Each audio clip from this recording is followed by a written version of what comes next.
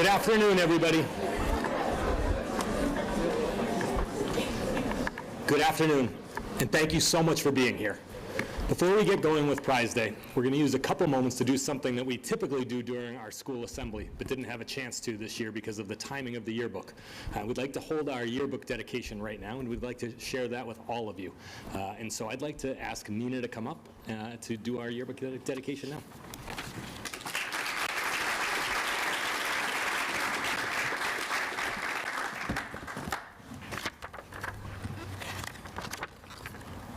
On behalf of the class of 2023, I'd like to dedicate this year's dial to Bruce Barton in acknowledgement not just for all the hard work he does on behalf of seniors, but the care that underpins it. Mr. Barton takes a stressful process and makes it easier with his clear communication, his personable demeanor, and his clear interest in our future. We are so lucky to have gotten to work with him during his bonus year and wish him the best as he moves on from the college counseling office.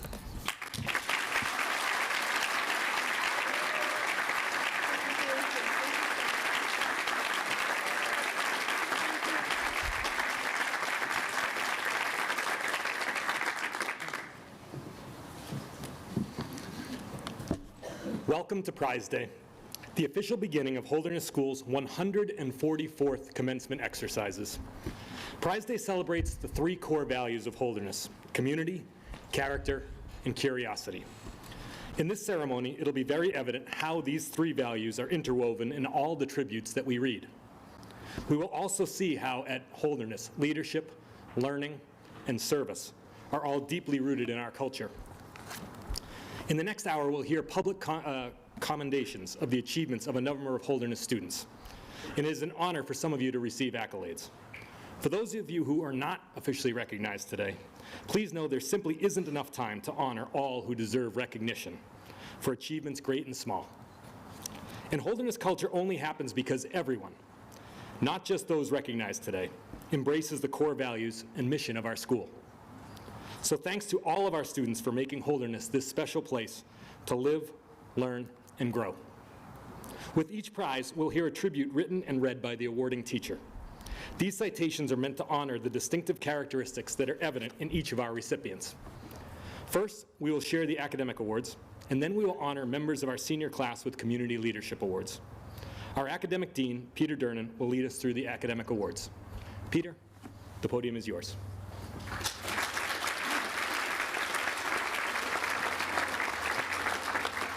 Thank you, Mr. McVeigh. Congratulations, Mr. Barton. Thinking about this senior class reminds me how far we've traveled the last 4 years and how lucky we are to be gathered in this beautiful spring sunshine. When these seniors were in 9th grade, all of this, Prize Day and baccalaureate and commencement, all of it was online, perpetrated in that awful Zoom metaverse. We're back now, and the beauty of this event is back as well. Teachers offering praise for students who have excelled in the classes those teachers hold most dear. And if history holds, we will feel the bonds that have been built between these students and adults. It's a wondrous thing to behold. But most of us will neither offer nor receive awards today, and that makes the event a little boring, given our natural proclivity to want to be at the center of things. The younger you are, the worse it is. We'll hear a couple of 9th grade names called out, but mostly this is a celebration of the seniors as they culminate their Holderness careers. Our minds may wander. Let me suggest a path for that wandering. Allow yourself a moment to be thankful. Before you sit the teachers who have labored all year to offer you opportunities to learn and grow and shine. Behind you, in many cases, sit the family that has sacrificed much to allow you the opportunities you enjoy in your life at Holderness. Feel gratitude in both directions. And as we offer the prize for advanced Mandarin or whatever, perhaps let your mind drift to moments in geometry or honors chem or AHOW when you were happy and thankful to be where you were. Then, in what I hope is under an hour, when the ceremony ends, don't sprint to weld. Hang out for a couple of minutes. Find that teacher or those teachers and thank them. I suspect that most of you will not do this. But if only 2 or 10 of you do this thing, it will make Holderness a slightly better place. And faculty, let me invite you to enjoy the same opportunity. As this next hour unfolds, ruminate over this year when we were supposed to feel such great relief, but in fact, we're as frenetic and needed as teachers always are. Remember those students who, despite all the madness in this world, reminded you why we do what we do. And in, again, I hope under an hour, seek out those students and thank them for their engagement. Okay, having issued that injunction not to pay attention to what will now ensue, let us get this party started. Hey, 9th graders, can you hear me? No? Any 9th graders in the crowd? The first one's going to one of you, so get ready to make some noise. It's a pleasure to call Ms. Mulcahy to the podium to offer the Elementary Math Prize.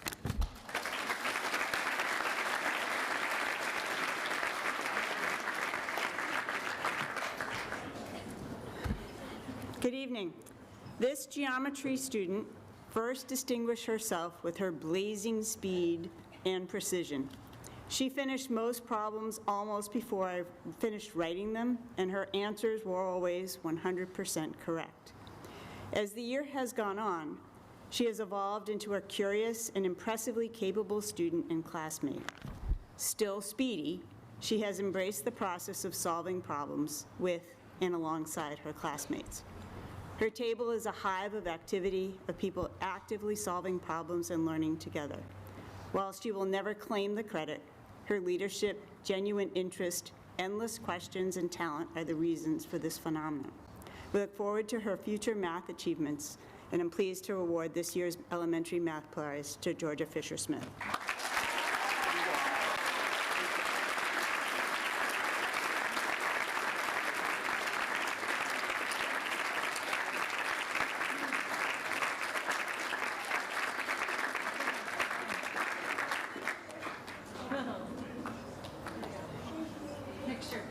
Wait, did you?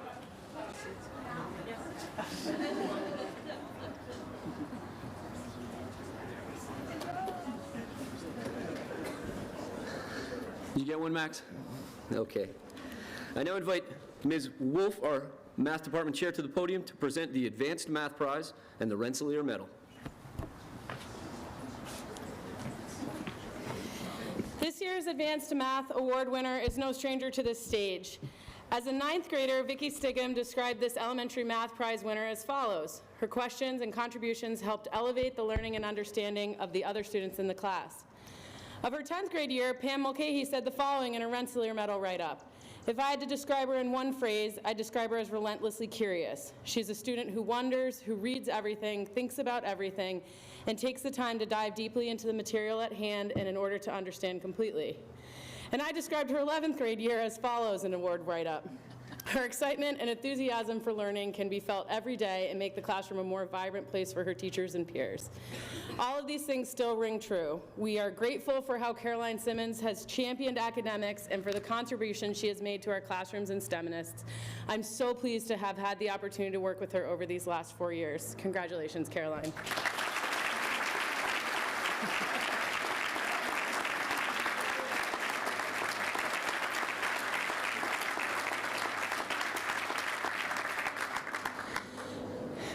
The Rensselaer Medal is presented to a member of the junior class who excels in both science and math.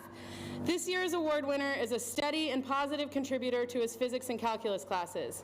He shows a genuine love of learning and always asks the questions that make his classmates think deeper and make connections between different ideas. He takes his mistakes in stride, learns from them, and uses them to do better next time. Most of all, his unfailing cheerfulness is contagious to his peers and to me. He demonstrates joy and perseverance each day in class.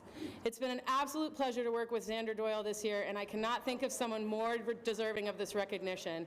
It's with gratitude and pride that I offer him this year's Rensselaer Medal.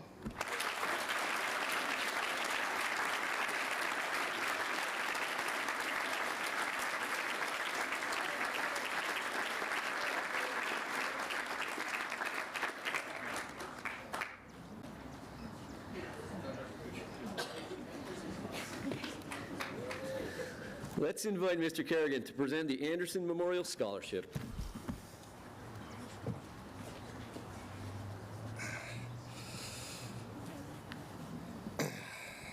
This year's recipient of the Anderson Scholarship is a good-natured rascal who also happens to be an outstanding physics and math student.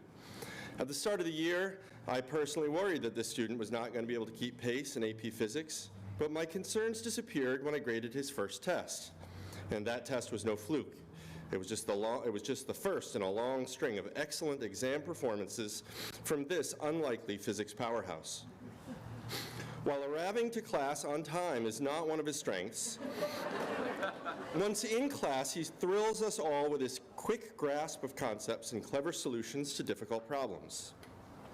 Let this award be a reminder to us all that appearances can be deceiving and first impressions are often wrong. Congratulations, Max Tong.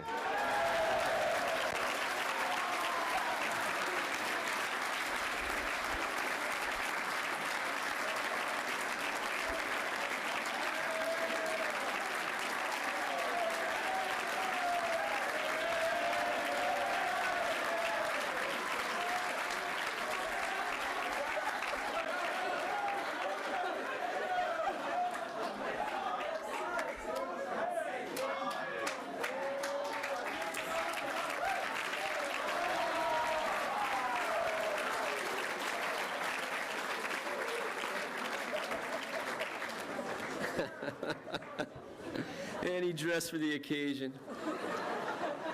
Let's invite Mr. Stepp to present the Science Prize and Spargo Award for Science.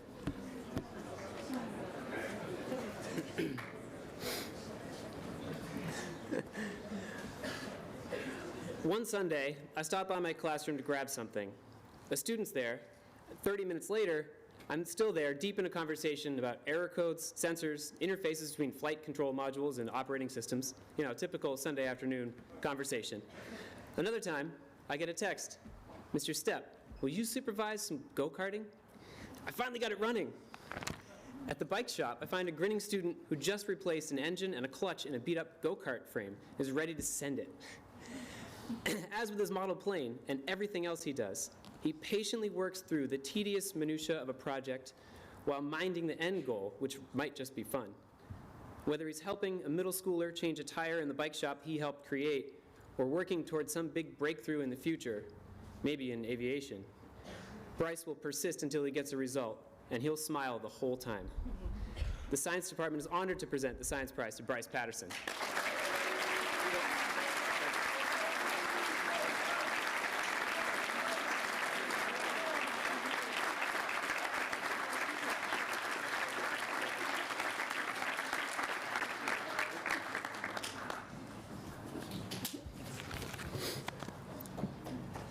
The Spargo Award goes to the senior who has demonstrated all-around excellence in academic achievement in the pursuit of a rigorous science education.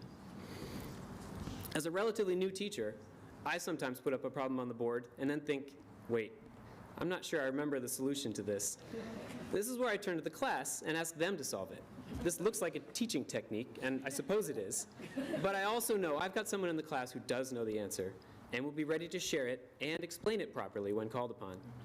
This is the student who gets an A on a quiz and then does corrections, always arrives first to class, asks for more problems to do after finishing the assigned work, shows genuine, visible excitement in solving a difficult problem. With this work ethic and attitude, Caroline will go wherever she wants to go in life, and she's welcome anytime to come back and help me teach my class again. Come on up, Caroline. Here you go, Morgan.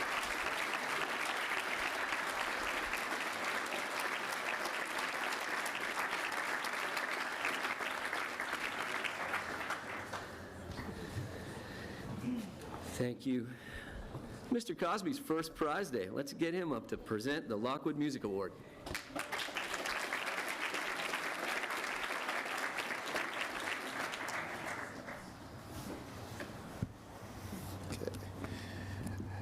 Much like the award's namesake, David Lockwood, this year's winner of the David Lockwood Music Award is made and will leave an indelible imprint on the music department here at Holderness School. Although he plays a very loud instrument, he always speaks gently with intelligence and wit in class. Max, nor his classmates truly know how fortunate we all were to be able to make music with an amazing drummer like him for an entire year.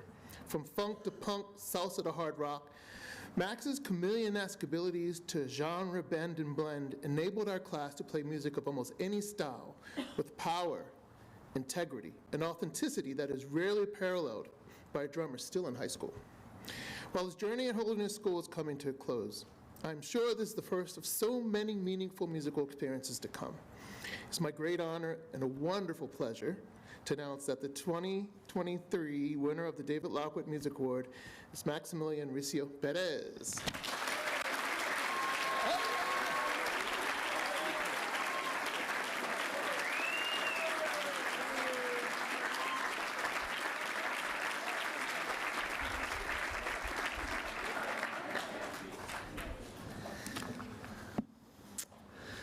Department Chair Ms. Sevigny will now present the William Bradford Whiting Prize for Art and the Ceramics Prizes.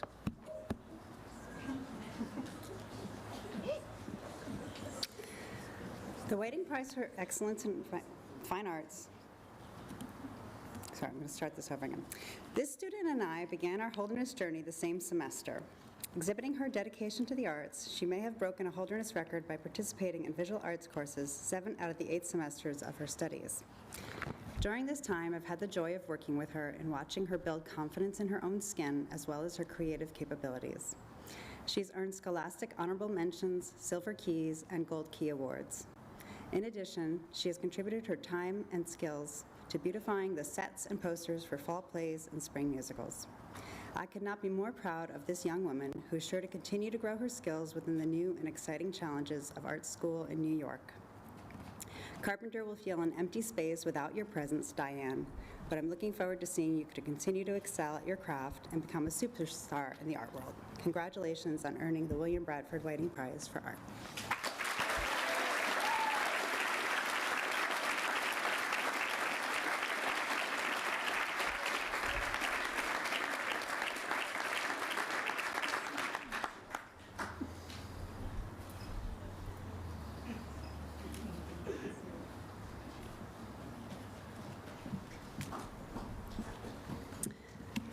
The Ceramics Prize.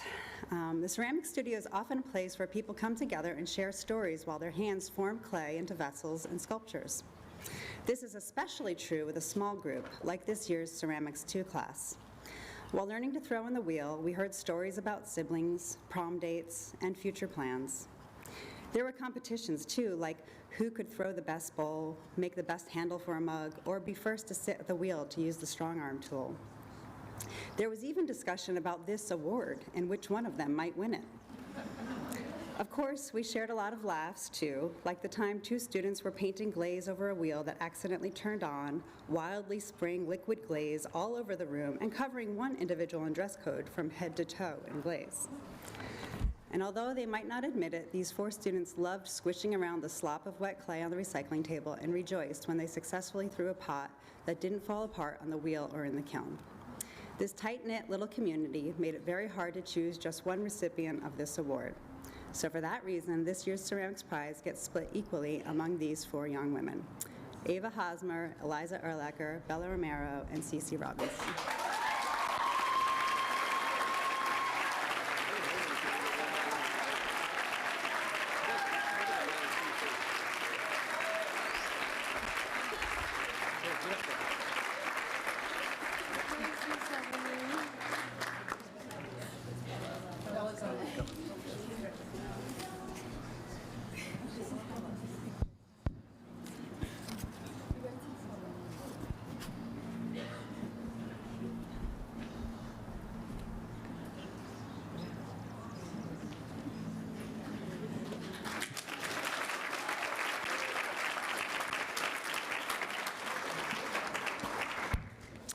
It's a great pleasure to invite Thea Dodds to present the Photography Prize. We have 2 recipients this year.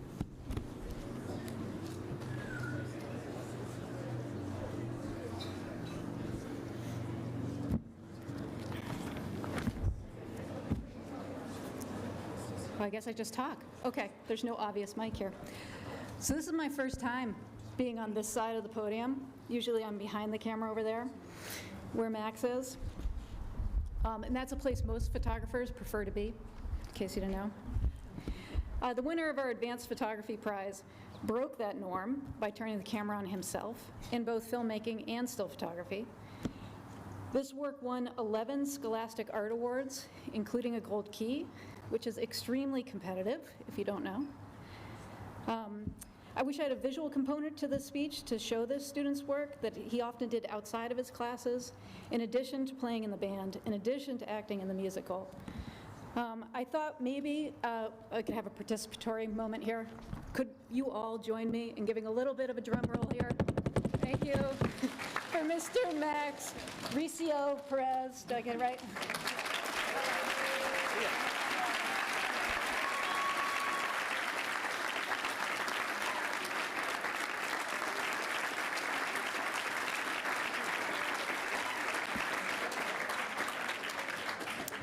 But wait, there's more. Second prize this year for an emerging photographer. I want to recognize how unusual it is for a student's work to be in so many employee homes, including my own. It is also unusual for a first-year student to spend an entire school year on a photography series.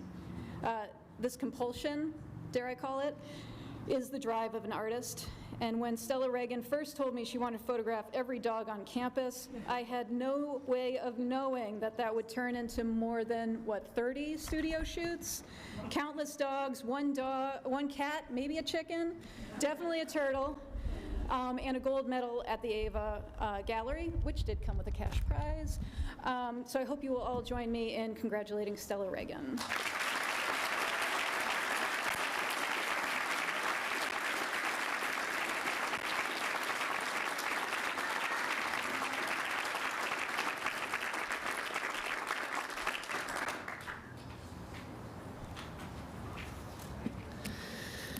Ms. Devon Robichaud will now present the Fiore Cup for theater.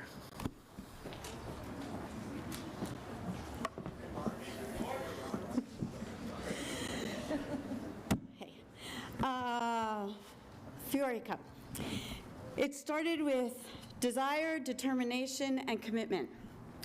John Blanford came to Holderness committed to being an active member of the theater program. He desired to explore the nuances of his craft and took theatrical direction to expand his abilities. Through his determination, his dramatic acting skills rose in his performances this final year. As Stan in Red Hot and Blue, he broke our hearts with his earnest portrayal of the heavy-hearted man needing a place to call home. As Reverend Moore, he was able to play this stern and unyielding character while allowing the audience to witness the character's heart and transformation. John's immersion into a character's emotional life strongly represented real life recreated on stage. This journey ended with growth, challenges, and gratitude. John grew as an actor and embraced the challenges, and I am most grateful to have had this opportunity to work with him. Congratulations.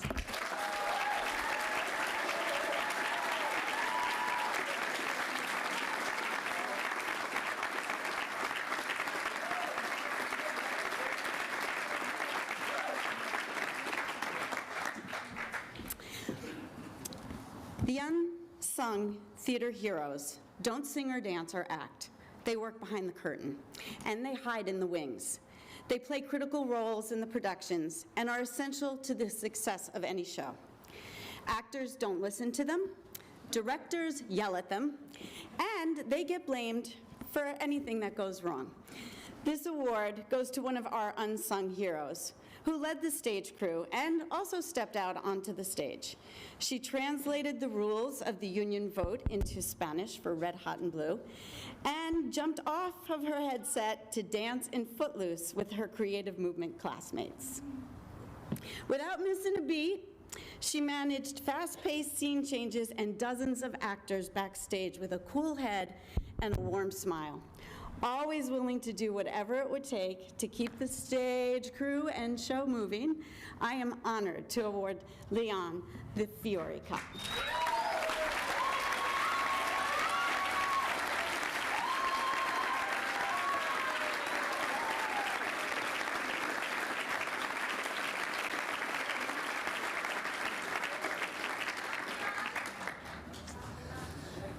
Ms. Taff will now present the Elementary French Prize.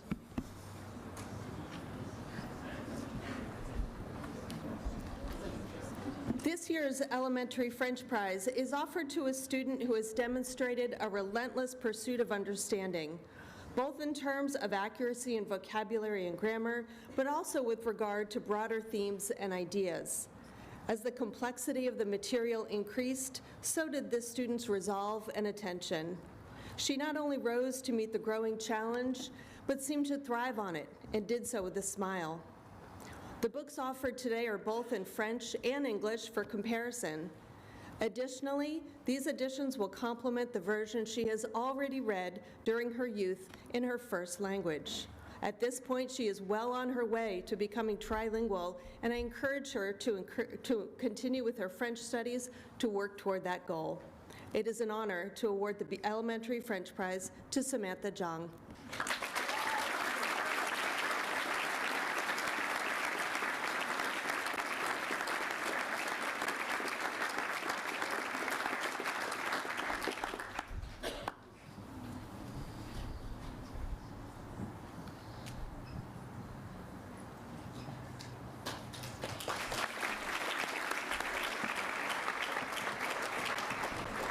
And to present the Advanced French Prize, Ms. Carter.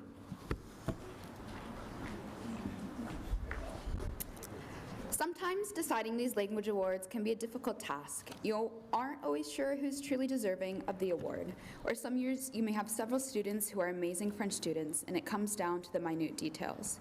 This year, however, was perhaps the easiest year for me to decide the recipient of the Advanced French Award.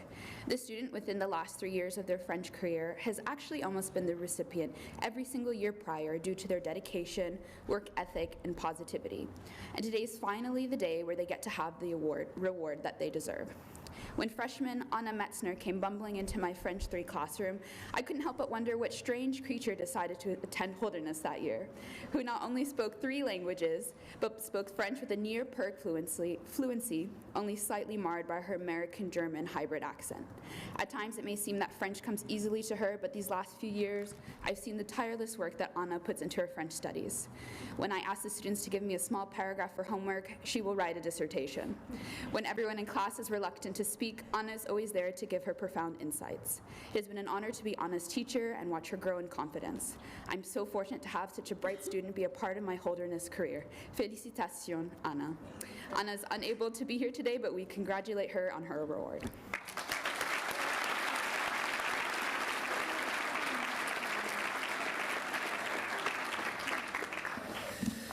Thank you, Ms. Carter. Dr. Villafane and Ms. Fenninger will now present the Elementary Spanish prizes in a round. Yeah.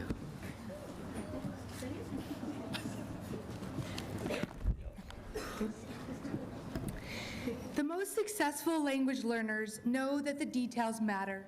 Listening and mimicking the inflection of a native speaker, paying attention to the placement of accents, looking for the patterns in irregular verb conjugations, and more.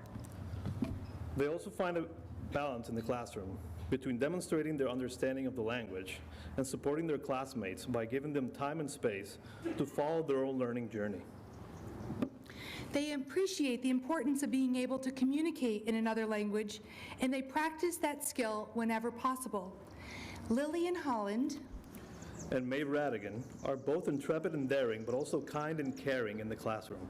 Their pronunciation is excellent, and even as 9th graders, they can hold regular conversations in Spanish. Felicitaciones to both of you. We look forward to watching your continued growth in Spanish.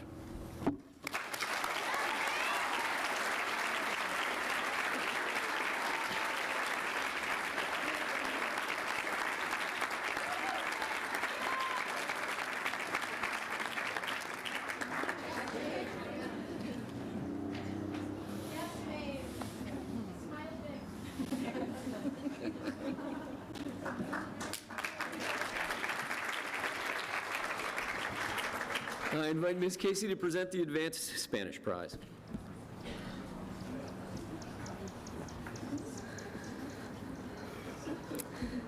This Advanced Spanish Prize winner grew immensely this year in pursuit of a deeper understanding and appreciation of Spanish literature.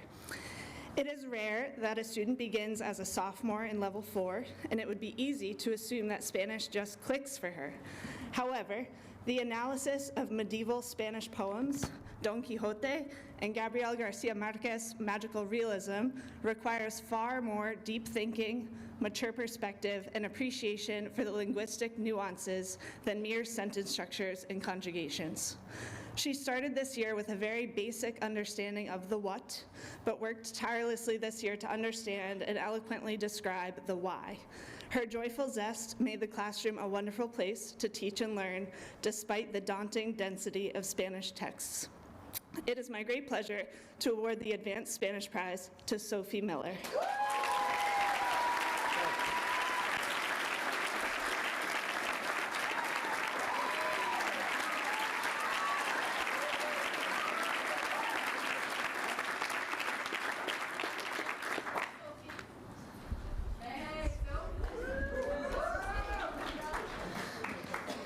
And now Ms. May will present the Chinese language prizes.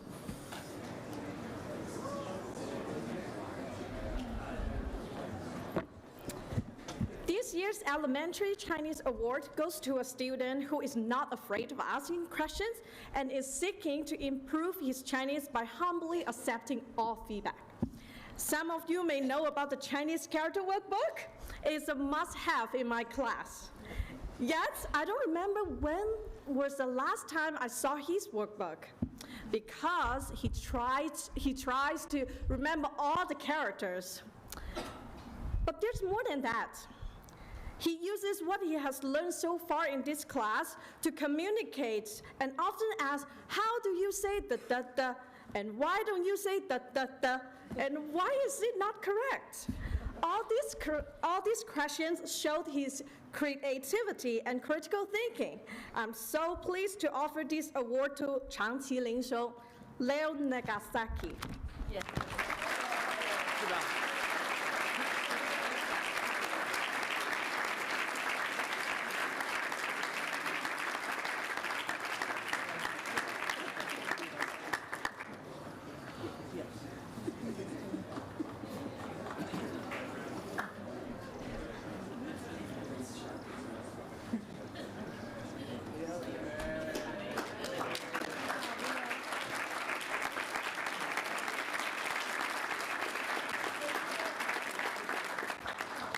One more.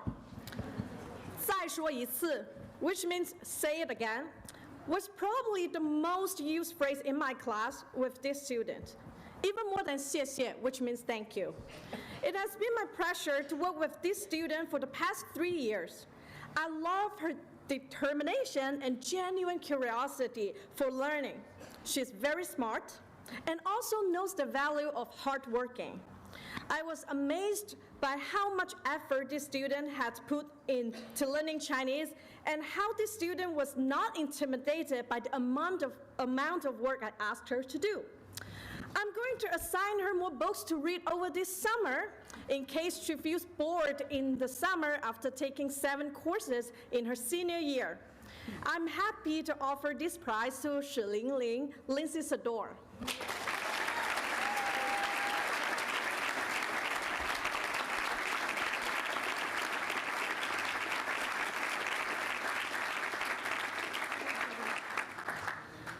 Let's invite Ms. Berry to present the Connor History Medal.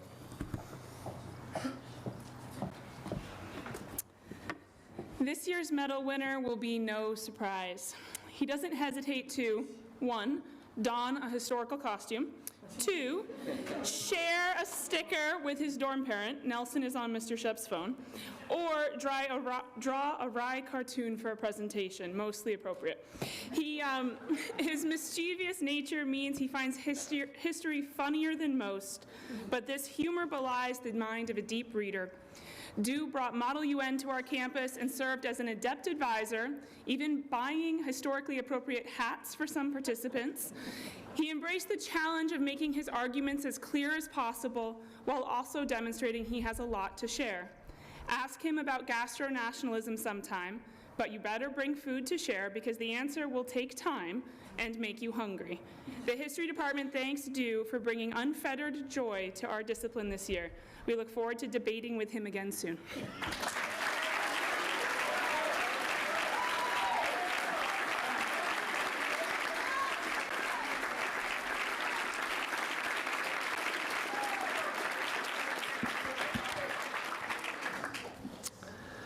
Mr. Shep and Mr. Graham will now present the Ashworth Awards for Excellence in European and United States History.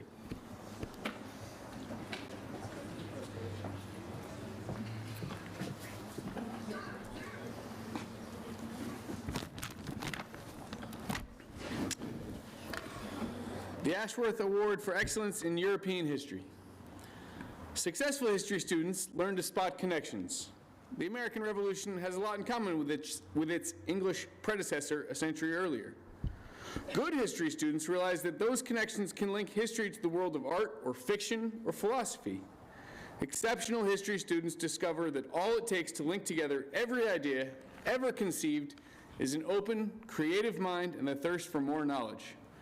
For spicing up our history conversations with her thoughts on Voltaire, Dostoevsky, Kafka, and more, the History Department is delighted to award this year's Ashworth Prize for European History to Lindsay Sador.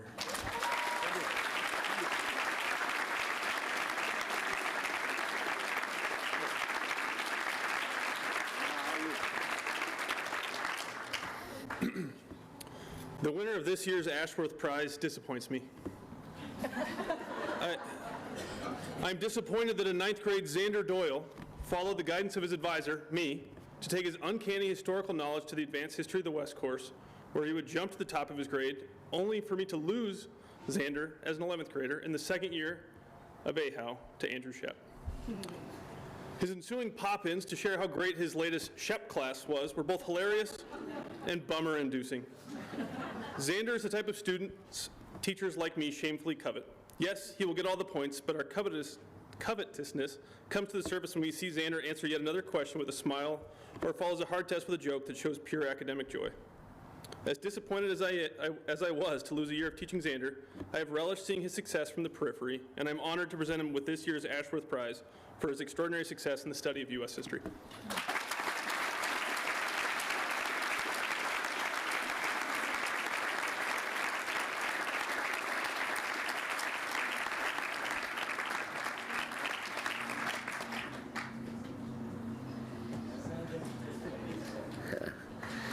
Mr. O'Meara will now present the Sean Glue History Prize. The Sean Glue History Prize is presented to a member of the 9th grade class who has shown excellence in historical scholarship. Today, I stand before you with great pleasure and immense pride to congratulate a truly exceptional student. It is a moment of celebration and recognition for their dedication, passion, and commitment to finding the historical truth. History, as we know, is a tapestry that connects us to our past, shaping our present and guiding our future. It requires an extraordinary individual to unravel its intricacies, interpret its meaning, and share its profound lessons with their fellow peers. This year's recipient has not only achieved this feat, but has done so with remarkable finesse and distinction. Their love for learning knows no bounds, and their enthusiasm to seek understanding is truly infectious to the whole classroom. This year's recipient of the Sean Glue History Prize is Maeve Radigan.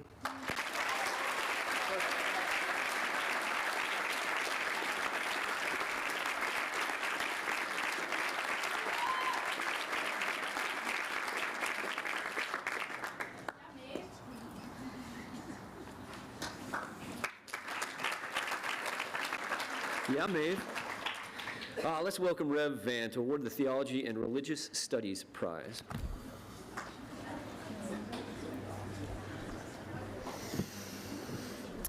The Theology Department could award this prize to the student with the best average quiz grade, or the one who is most able to understand and interact with complex theological concepts. We do not use that criteria, but if we did, we would probably still have picked this winner. What we look for in the Theology Prize is our school value of curiosity, someone who is able to lean into a story a sacred text, or a difficult conversation and find the meaning or the mystery in it. This winter's paper in the Bible as Literature focused on Jacob and Esau and the theological concept of forgiveness. Biblical scholars have pondered for generations what forgiveness is and still wrestle over its true meaning. For this young scholar, it has more to do with freeing yourself than anything else. Congratulations to this respectful, curious, and empathetic young man, Henry Hood.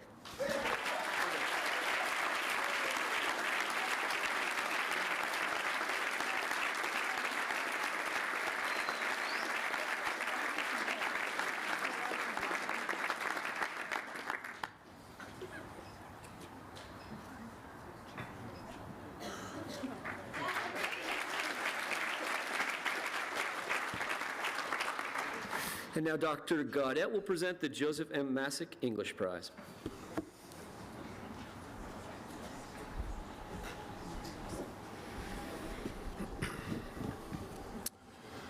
The Joseph M. Masick English Prize goes to that student who has demonstrated a keen interest and aptitude in the realm of English scholarship.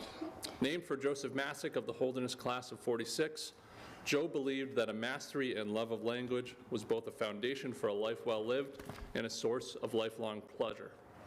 This year's recipient approaches literature not as abstract words on a page, but as something that matters deeply when it comes to unraveling the mysteries of existence. He's a writer, a reader, and a philosopher who excels at making deft connections between the books that we read and the ideas of great thinkers of the past, treating the two as corresponding poles to a series of existential dilemmas.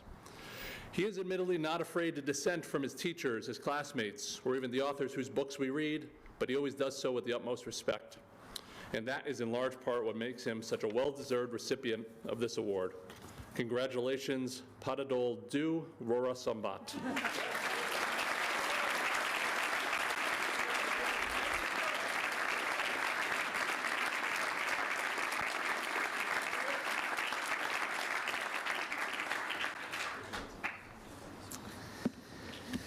And now, Mr. Perro will present the Writing Prize.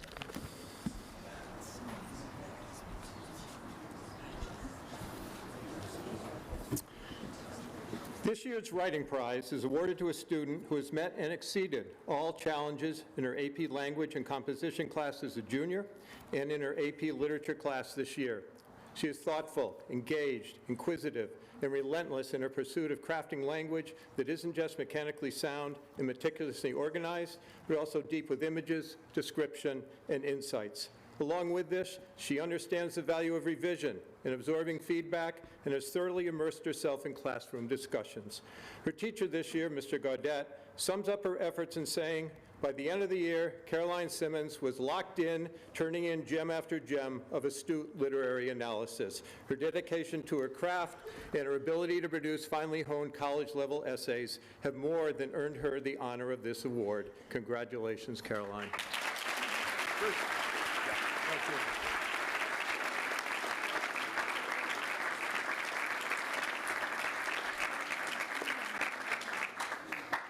And now MB Duckett Ireland will present the Robert Creeley Poetry Prize.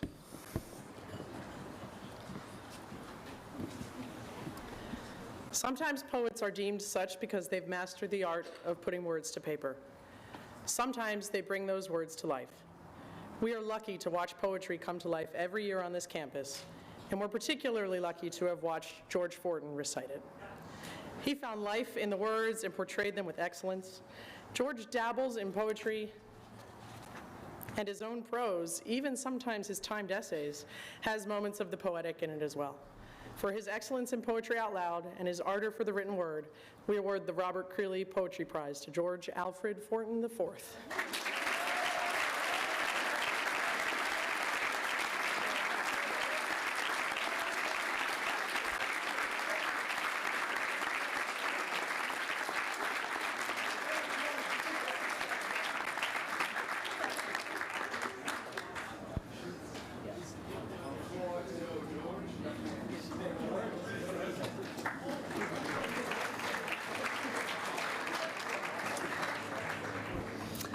It is our tradition to offer a special prize to the senior with the highest GPA during their senior year.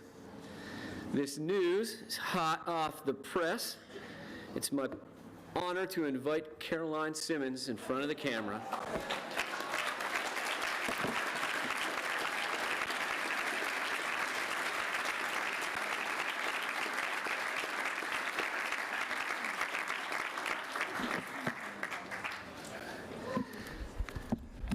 Ms. Fisher and Mr. Barton will now present our Cum Laude Society recipients.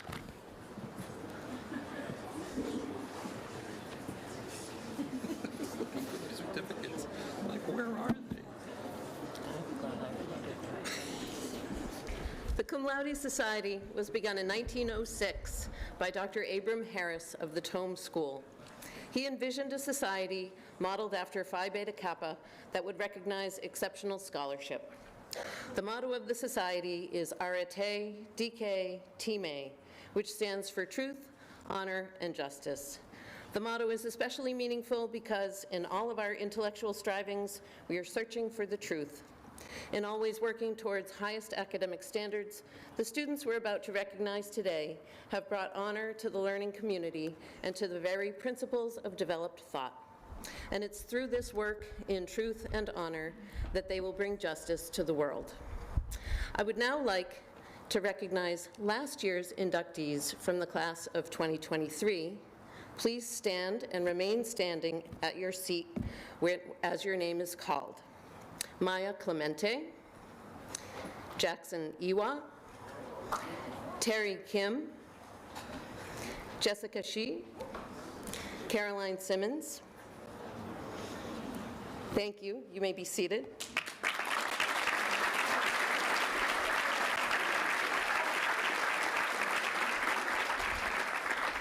We will now acknowledge this year's inductees from the class of 2023. I'll ask these students to come forward and stay here at the front until all names are called. Hannah Donahue.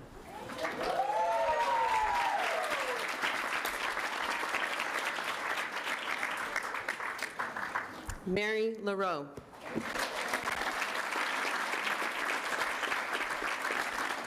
Jake Pullen.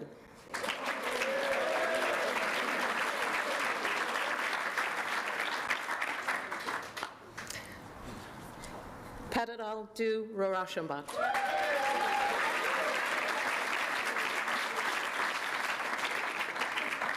Timothy Ryan.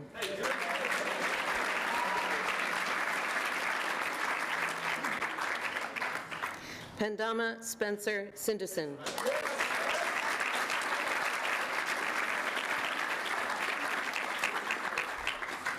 So seniors, please stay up front for a moment, and I would like to now welcome the members of the class of 2024, and please come forward as I call your name. Sarah Angevine.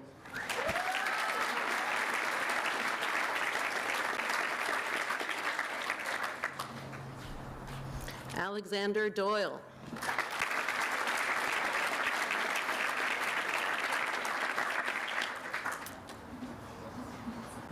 Evan Grass.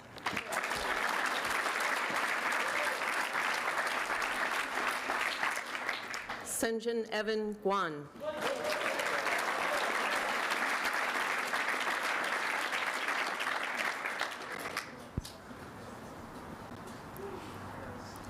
Vivian Cannell.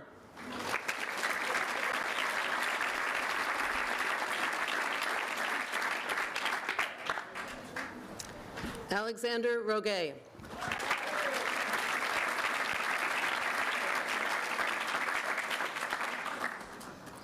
Evan Valancourt.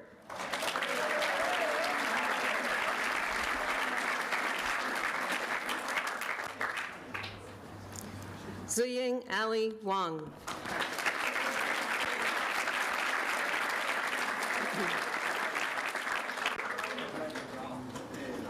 Martha Yam.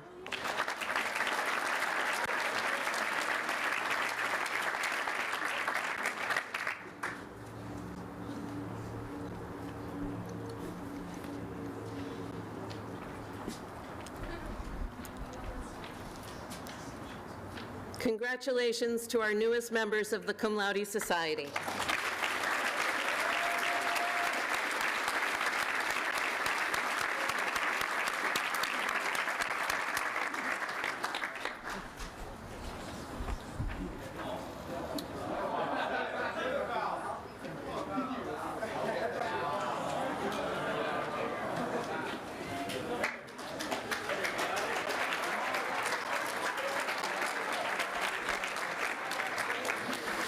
Congratulations. And now I re-invite Mr. Cosby to the podium to present the Kendall Book Award. This award is given to a student in the 11th grade based on their intellectual engagement, creativity, and commitment to community. I've witnessed firsthand the students' intellectual curiosity, incredible work ethic, never-ceasing commitment to excellence in everything she does, and their boundless energy to participate fully and creatively in the Holderness community. The student engages in a year-round commitment to pursuing her academic, athletic, artistic, and community interests, from studying marine biology and Spanish in Spain last summer to the challenges of Nordic skiing, taking multiple AP classes, being the lead in the school play and musical, as well as being one of the very best and diverse singers I've ever had the privilege to teach. Sarah Elizabeth Angevine strives to excel at all that she does, and more importantly, is a fantastic exemplar of a student who truly embraces the character, virtues, and social and intellectual ideals that Holderness School strives to instill. This year's winner of the Kendall Book Prize is Sarah Elizabeth Angevine.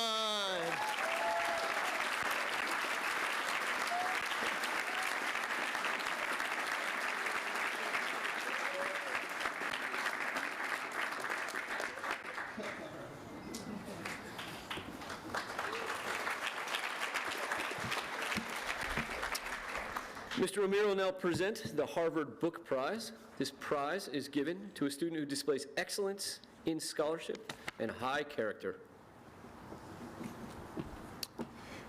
This year's Harvard Book Prize winner is not shy about his academic pursuits.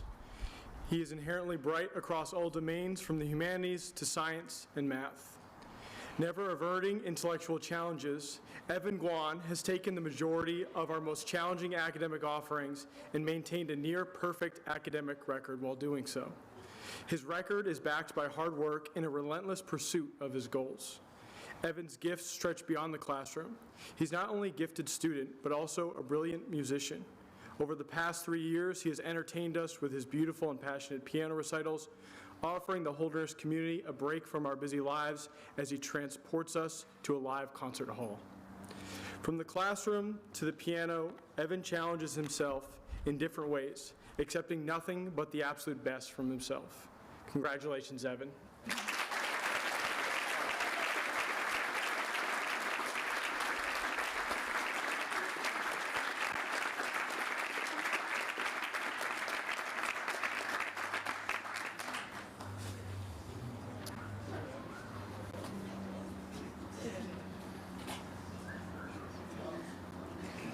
Awkward. Super awkward.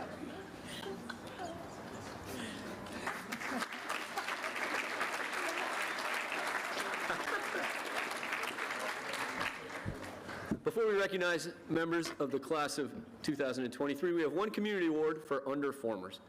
So let's invite MB Duckett Ireland to present the MJ LaFoley Award.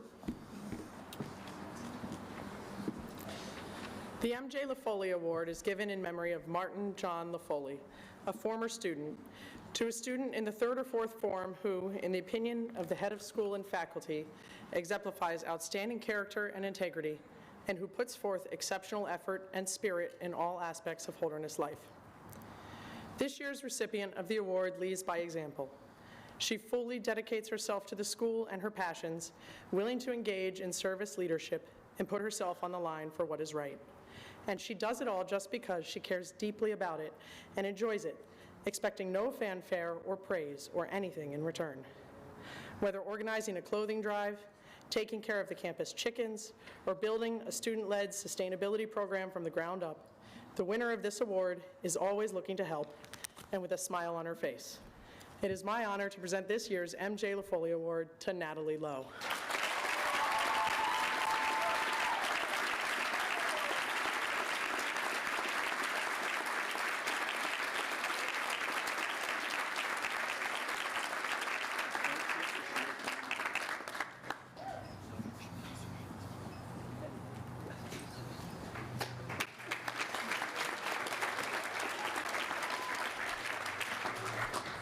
Thank you, Mr. Durnan. I will now invite colleagues to present the community awards to our seniors. While the entire class of 2023 has participated in making our community stronger, these awards recognize exceptional achievement by several members of this class. I will now invite Tyler Cabot and Sam Daigneault to present the Ford B. Hinman Coaches Award. The Coaches Award will be awarded to 2 students this year.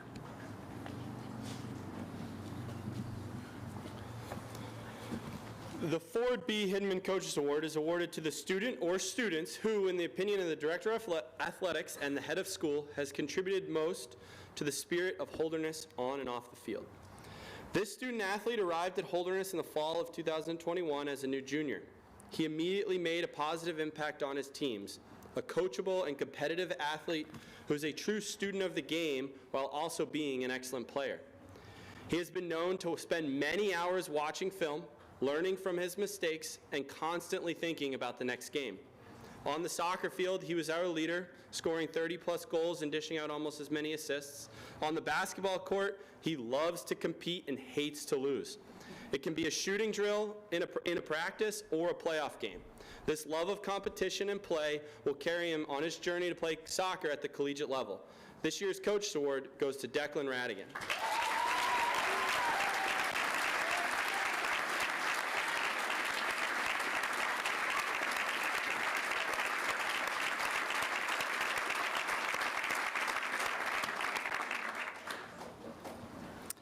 This student athlete is best represented by one of our very own mid-season quotes. While reflecting on an early season game, instead of focusing on what the other team did that resulted in a drastic mid-game shift and a loss, she remarked, "Coach, we beat ourselves." A pure and passionate student of the game, she always strives to find ways to understand the specifics of a play as well as the tendencies of the overall game. She is a dedicated athlete that carries an unparalleled vision for the court and led our team in assists, deflections, and steals.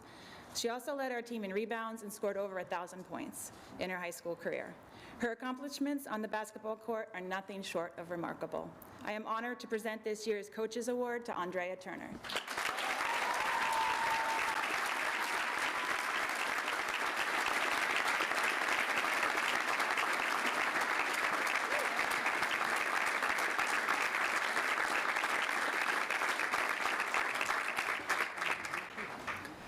This year, 3 seniors will be receiving faculty awards, with 2 being presented today and the 3rd tomorrow at commencement. I will now invite Nick Lawrence to present the first faculty award.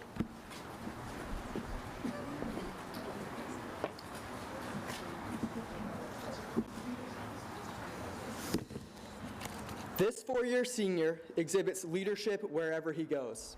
In the classroom, he advocates for his peers. As an Outback senior leader, he would wake up at dawn to help prepare the fire pit and kitchen for breakfast. He has taken the time to guide younger students struggling to find their way in the ice rink or the weight room. He does this not for accolade or personal gain, but simply because it is the right thing to do. Tommy Raymond leads by example and embodies the quiet professional. We are proud that Tommy will continue his studies and service toward others at our nation's premier leadership academy. On behalf of the faculty, it is my honor to present Tommy with this special faculty award.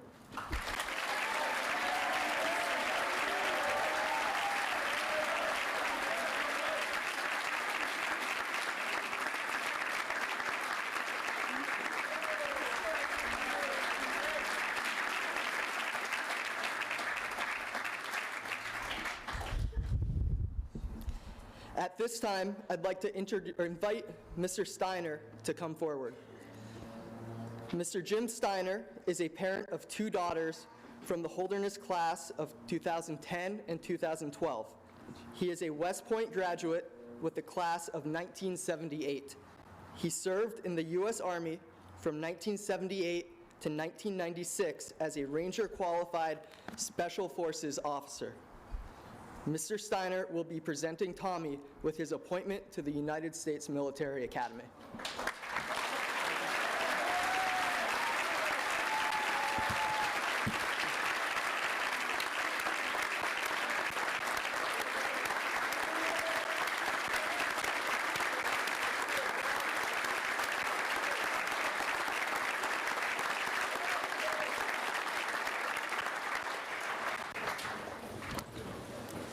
haven't even given it to him yet. But it is my pleasure to represent West Point here tonight.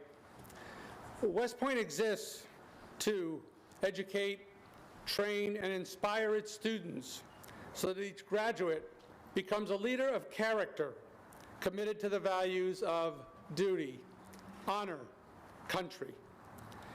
More than 15,000 candidates open files each year.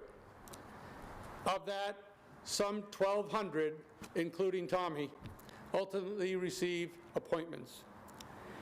Each candidate must undergo a rigorous application process seeking nomination from their members of Congress and submitting their applications directly to West Point. At West Point, it is noted that much of the history we teach was made by those we taught. This includes such notable alumni as Presidents Dwight Eisenhower and Ulysses S. Grant, two of the three members of the first Apollo moon mission, astronaut Buzz Aldrin, the second astronaut on the moon, and astronaut Mike Collins, who orbited above. They were both West Point graduates. Noteworthy generals include Douglas MacArthur, Omer Bradley, Robert E. Lee, George Patton, Norman Schwarzkopf, our current Secretary of Defense, Lloyd Austin, and yes, even George Armstrong Custer. West Point ranks among the top 5 universities in the country in number of Rhodes Scholars awarded. With this appointment, Tommy will receive a full 4-year scholarship that includes monthly pay, an award of a bachelor's degree, summer opportunities for military adventure skill training such as parachuting, helicopter skills, or other programs. Ladies and gentlemen, the value of this 47-month scholarship is $425,000. So, please join me in congratulating Tommy Raymond.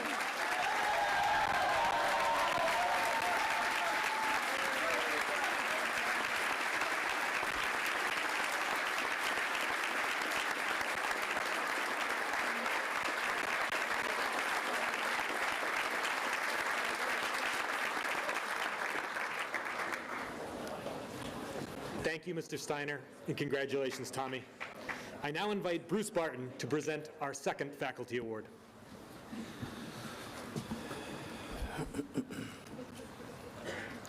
A small plaque outside the fitness room in Gallup, our gymnasium, commemorates the dedication of that building in 1996. On it, one quotation is cited from Mahatma Gandhi: "Full effort is full victory." A graduating senior this year lives out that quotation in ways that distinguish her and make her worthy of our attention today. Her contributions have been many, and they come in forms both loud and quiet. Her singular goal has been excellence, whether it be in the classroom, the dorm, on fields of play, or the stage.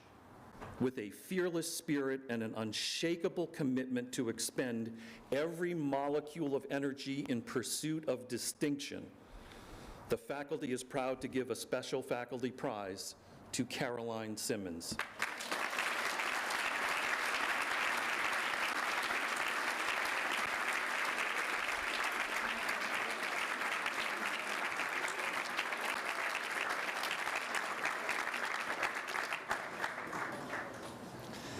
I will now invite Jordan Graham to present the Bob Brooks Award.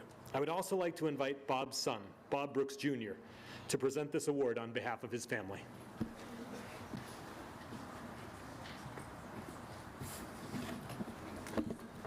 This last year, it's not junior. Yep, so you, if you want to, yes, it's not junior. You got it. Yep. The Bob Brooks Award is named for Bob Brooks, a.k.a. Brooksy, who worked at Holderness School from 1980 to 1997 and served as equipment manager from 1985 to 1997. This award is chosen by the 9th grade class for the senior who played the biggest role in making Holderness School a home. This year's recipient made Holderness home for new students by giving a hug to make the dorm more welcoming, offering the quick and quiet step in when someone faced an emergency, and regularly taking the chance to mock their roommate, fellow seniors, and especially their advisor as a means to connect with others. In this way, Ariana Anastas refused to allow anyone to see themselves as greater or lesser than another. Ariana's willingness to openly share her own embarrassing stories, such as being tossed from my own class in her freshman year, followed by many years of extraordinary success in the classroom and in the community, made her the go-to senior for all new students. The ninth graders felt welcome because Ariana places everyone on the same level, offering support as a peer. So on behalf of the class of 2026, I proudly present this year's Bob Brooks Award to the latest and greatest Anastas sister, Ariana.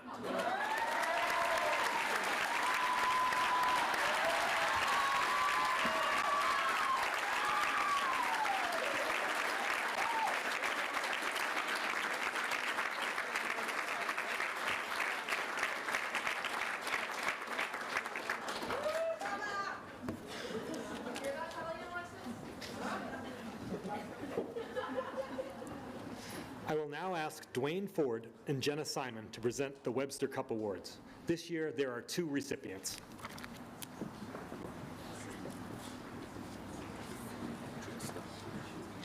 I guess we'll see. It's you.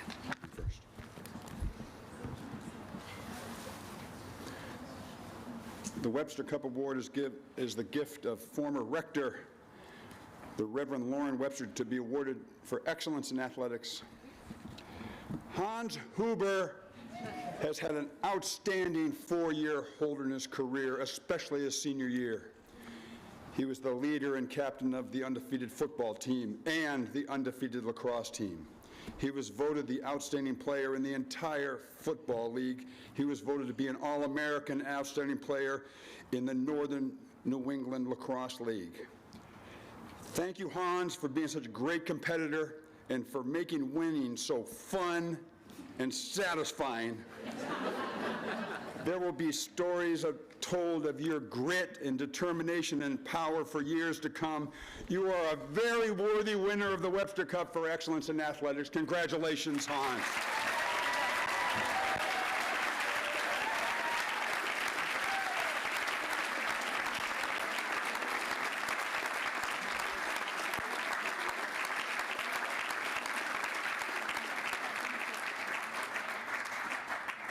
It's always hard to follow Fordo.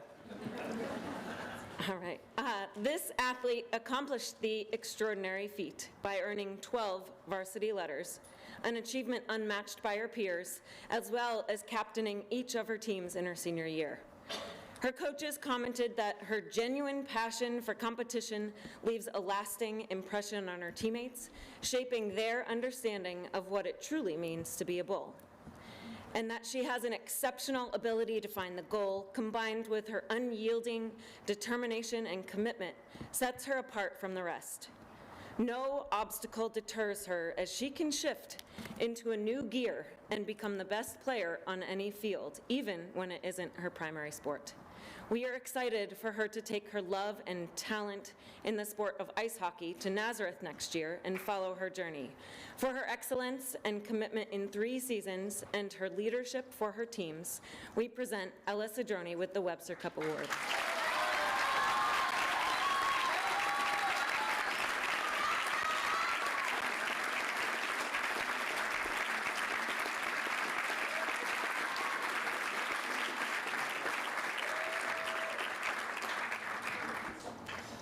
I will now invite Eric Thatcher to present the Ned Gillette Spirit Award.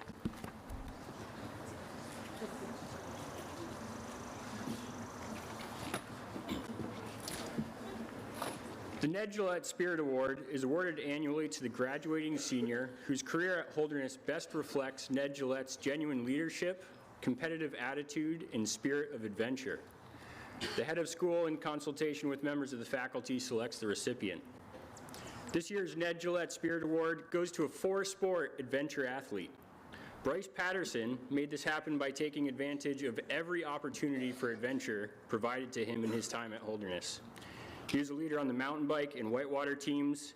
His passion for backcountry skiing took him to Cardigan Mountain and into Tuckerman's Ravine, and he chased climbing opportunities from Joshua Tree National Park to Cathedral Ledge State Park. all while still taking time to pursue his love of hockey. He even snuck in one more athletic adventure, jumping into this winter's NEPSAC Nordic Championships to help the boys' team score, as if the spirit of Ned Gillette, a U.S. Nordic ski team member, was working through him. But perhaps most impressive of all is that Bryce was able to break more records than Bones in his rough and tumble Holderness career. Bryce, thanks for your leadership and your inspiration for adventure in the outdoors. You'll be missed.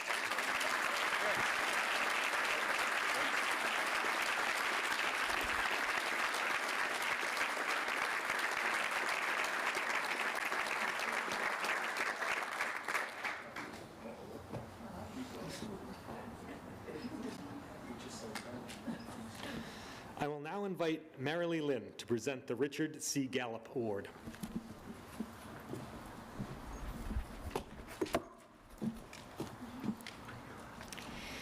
The Richard C. Gallup Award for Creative and Community Leadership is awarded to a senior student chosen by the head of school and the faculty. This award is given in memory of Richard Gallup, a parent and trustee to a senior who demonstrates both creative and community leadership as one willing and able to assert those qualities which further the unique sense of community at Holderness. You could say that the best community leaders are creative by nature, the kind of people who harness their imaginations to solve problems and spread joy, who put themselves out there, think differently, playful in the face of possibility. They might also demonstrate artistic flair in how they tell a story or express emotion. They're often the bravest among us. This year's Gallup recipient is just such a leader, and we were lucky to have her sympathetic ear in the dorm, her bold presence on the stage, and her thoughtful engagement in our classrooms. She shared her talents with us freely, with earnestness, good humor, and a little bit of sass. In the spirit of Lizzo's Juice, which she performed for us a few years ago, she embodied the truth of the lyrics, "If I'm shining, everybody gonna shine." I'm pleased to present the Gallup Award to Maya Clemente.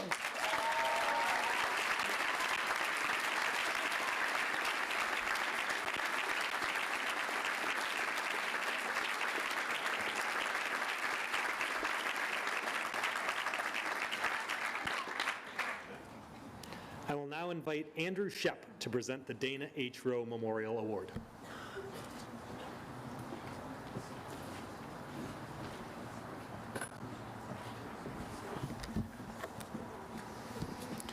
The Dana H. Rowe Memorial Award is given to that girl in the senior class who has made an outstanding contribution to the life of the school through her academic achievement, her participation in sports and extracurricular activities, and her love of life. Love of life is not a gift. It is a decision. A decision to push as hard in the calculus classroom as in the White Mountains so that there's nothing to regret at the end of the project. A decision to try skateboarding, because the only thing better than a season with Mr. Casey is 2.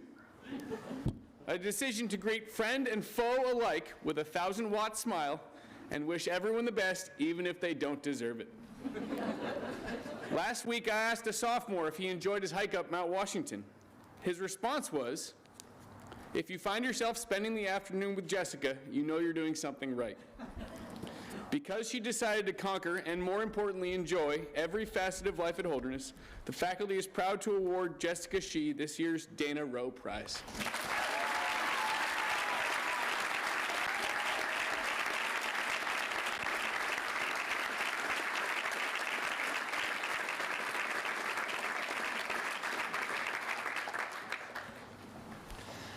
I will now invite Elizabeth McClellan to present the Haslam Award.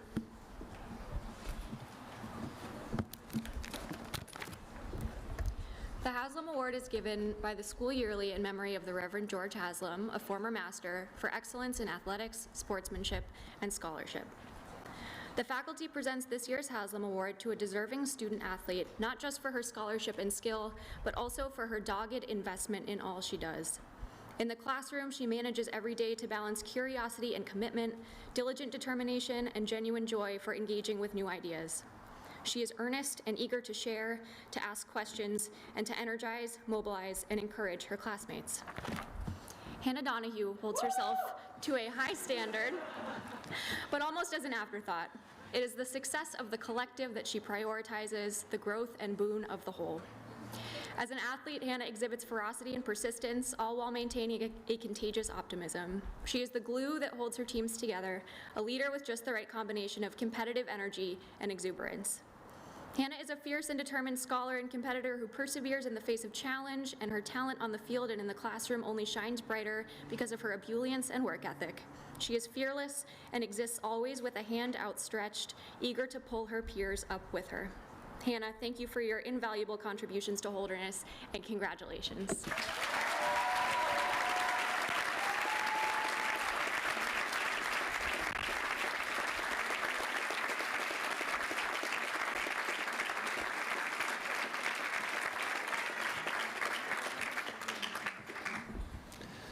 I will now invite Reverend Abby Vanderbrug to present the Dallas Award.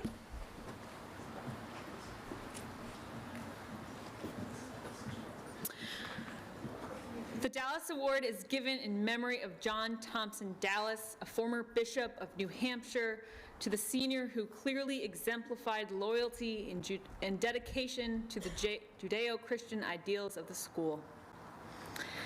There is a scene in the gospel when a lawyer is questioning Jesus about his expertise in religious laws and asks what law is the greatest. Jesus replies, not answering his question, but with a new framework, and says, I can sum up every single law with this: love God with all your heart and love your neighbor as yourself. Throughout his 4 years at Holderness, this leader has lived this statement in countless ways. Whether on the ice, in the dorm, the classroom, the chapel, or on the student leadership team, he leads with his faith up front. He is kind, he is an includer, he is empathetic, and will go out of his way to help anyone. On top of everything he has committed to during his time here, he has continually committed to his spiritual journey and inspired others to do the same. Job well done, good and faithful servant. Congratulations, Evan Plunkett.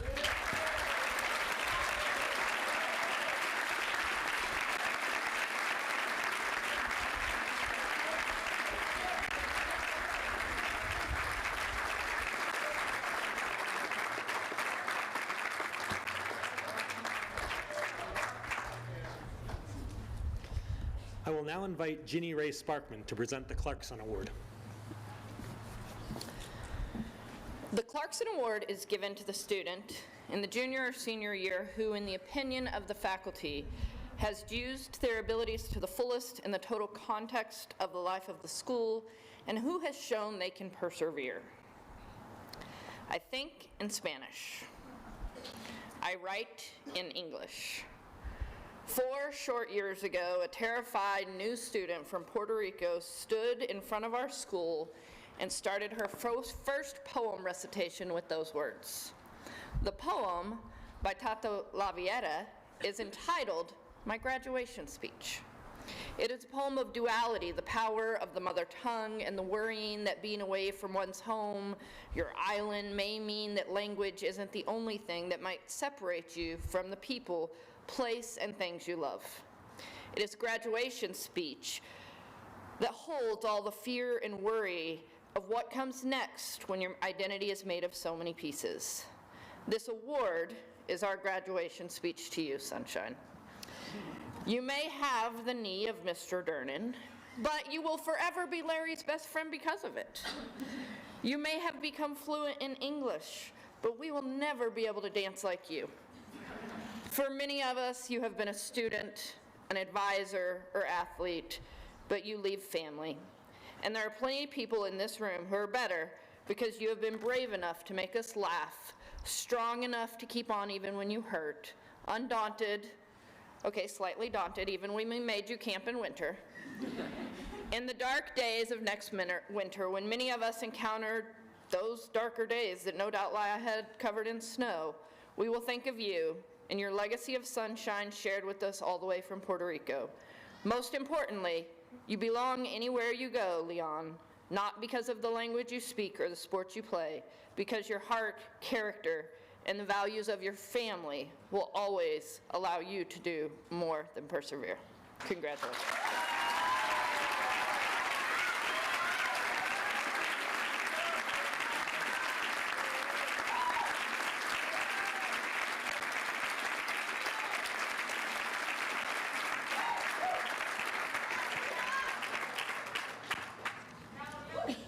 I will now invite Dr. Carlos Villafañe to present the Marshall Award.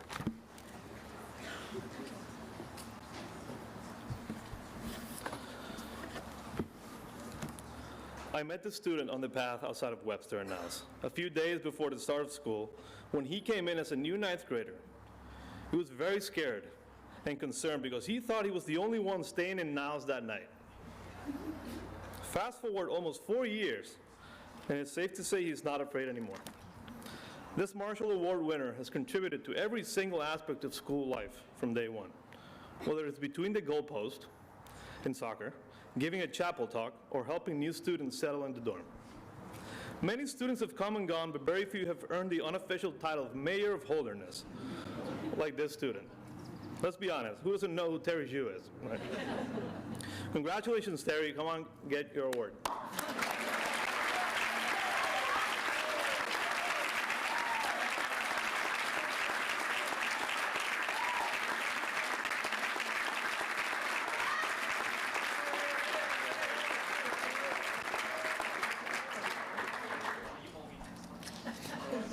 I will now invite Randy Hausman to present the Don and Pat Henderson Award.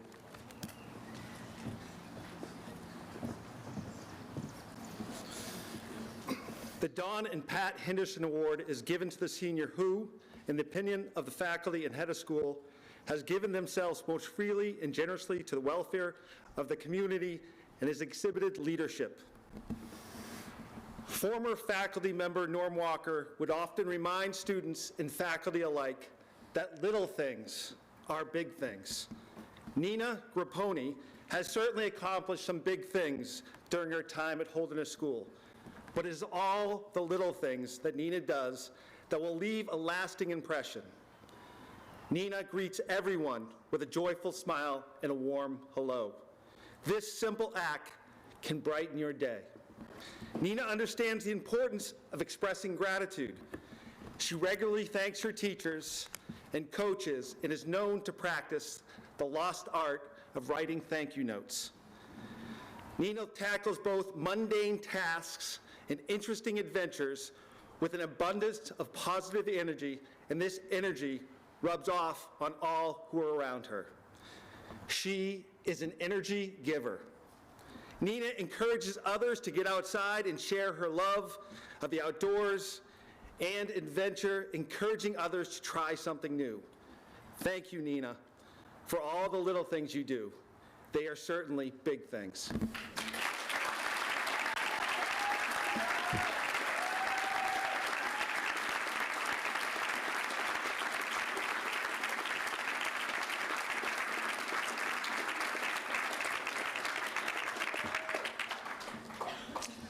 I get the honor and privilege of presenting the final student award today, the Walter Alvin Frost Award. Our final student award is one of the oldest awarded at school. The Walter Alvin Frost Award is given in memory of a former student, to the student who, in the judgment of the head and school and faculty, has reached the highest standards of the school.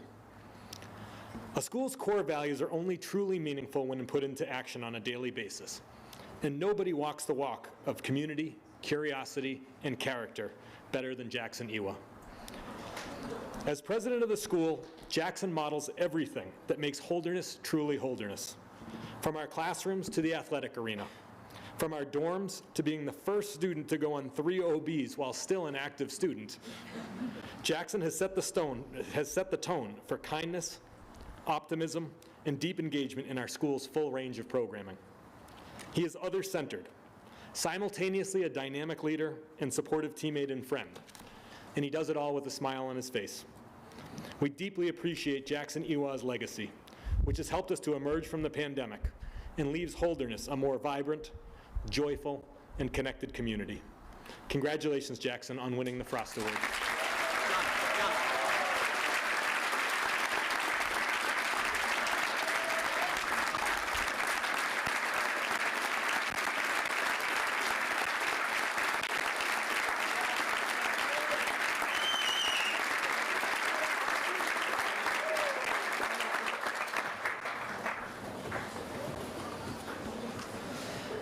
Last year, we added a new award to our annual Prize Day celebration, the R. Philip Peck Service Award. This award is given annually to one or more employees that have gone above and beyond in the service of Holderness over the past year. First, it is my pleasure to invite Phil Peck to come up and present the award to two very deserving recipients today.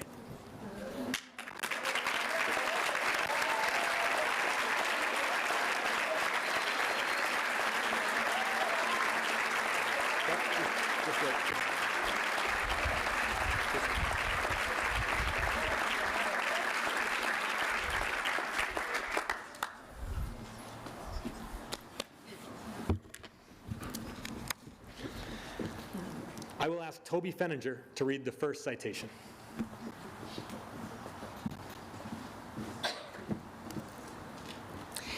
Holderness's most enthusiastic cheerleader, who is younger than her years, is Carol Dopp. And she is always the first person to clap for someone or give a shout out on their behalf. Miss Dopp cares deeply for her students and her colleagues. She's available to help 24 hours a day, whether you're feeling sad, need advice, or just need to get off campus for a little while. And who else can talk about safe sex and her latest audio reading adventure with the same sense of humor and aplomb? Through Project Outreach, Carol introduces our youngest students to the school's culture of service and models that how can I help approach to community needs in her daily life.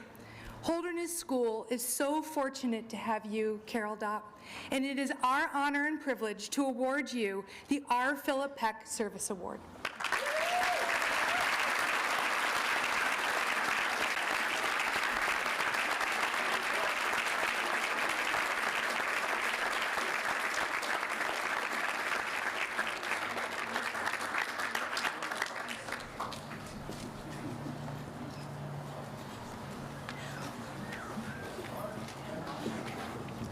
And now for the second R. Philip Peck Service Award.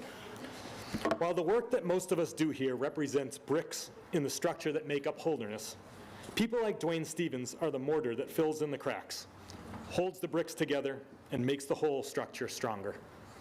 Dwayne has an unparalleled work ethic, a true love of the school, and a willingness to help out whenever he is needed. As the Assistant Director of Facilities, Dwayne responds to human and institutional needs at all hours of the day and night, working alongside and helping to lead a dedicated team. Dwayne contributes to the positive climate both in his department and around the school at large. Dwayne also personifies the phrase lifelong learner, always bettering himself through education. And just a few weeks ago, becoming the first in his family to complete his college degree, while in his 31st year working full-time here at Holderness. Dwayne is the most deserving recipient of this award. Congratulations, Dwayne.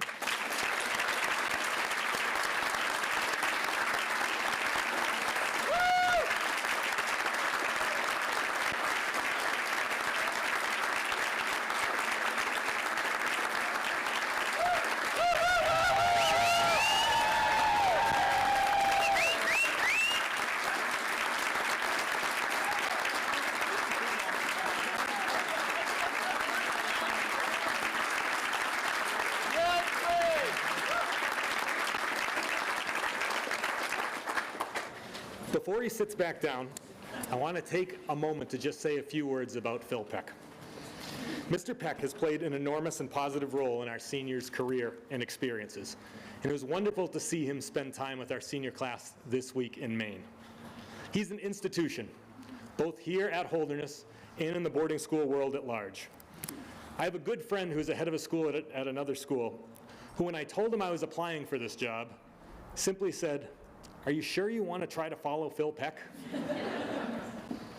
So on a personal level, I want to thank him from the bottom of my heart for his grace and support as I've come into this role. In a day and age when heads of school transitions can be turbulent, Mr. Peck has been selfless, thoughtful, humble, and totally focused on what's best for our school. And I'm beyond grateful to have picked up such an incredible mentor, example, and friend. This award being named after him is so fitting. Phil Peck epitomizes the servant leader and putting others before self. And our seniors, and this community as a whole, benefited so greatly from his 38 years of dedicated service to Holderness. Would you all please join me in a round of applause to thank him for everything he's done?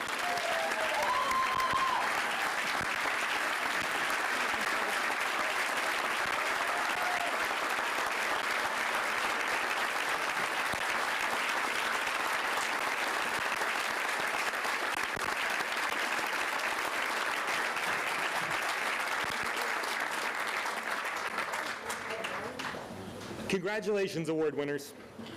Thank you all for joining us in person and on the live stream today for Prize Day. We're going to ask our 9th, 10th, and 11th graders to please head to Weld for dinner. Our seniors and their families, please join us down this path for a reception. The dinner for our graduating seniors will start at 6:15. Thank you so much, and we look forward to seeing everyone back under this tent tomorrow.